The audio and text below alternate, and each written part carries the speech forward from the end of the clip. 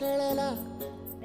तळमळलीस तू करपुनी हिरवा पदर तुझा जळला छळ केला पिढी जात तुझा ग उखडून वनराई अपराध किती झाले पण आता शरण